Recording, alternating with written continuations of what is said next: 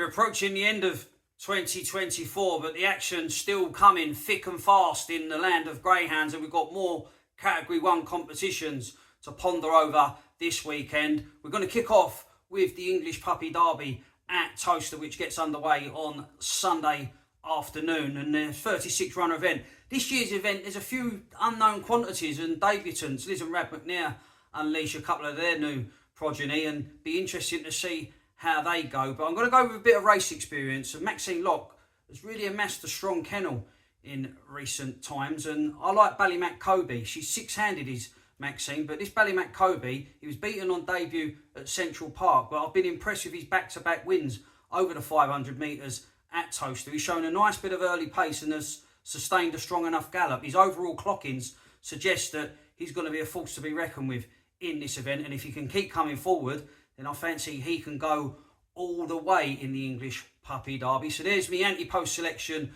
for the English Puppy Derby at Towcester, Ballymac Kobe. Moving on to Crayford, the Gold Collar and Grand National are taking place. We're going to be fully focused on the Gold Collar though. What an event this promises to be. There's a couple of bitches stepping up to unknown territory, and they could make real waves if they do stay the distance.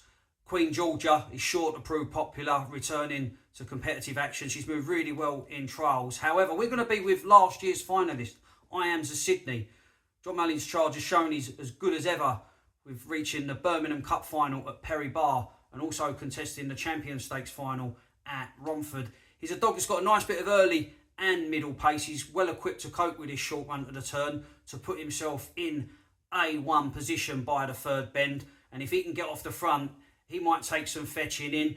Those looking for a bit of value could do worse than side with Princess Athena. Now, she's not really an ideal Crayford type on the basis that she's going to have to come from nearer last to first to win her races. But one thing she does do is stay the trip really well. She's run well in her previous visits at the track. And I just think she's worth including on the basis that there's so much early pace in these events. She could sort of run on through beaten rivals late and keep qualifying. So there's your anti-post selections for the Gold Collar at Crayford on Sunday. I Am's a Sydney and Princess Athena.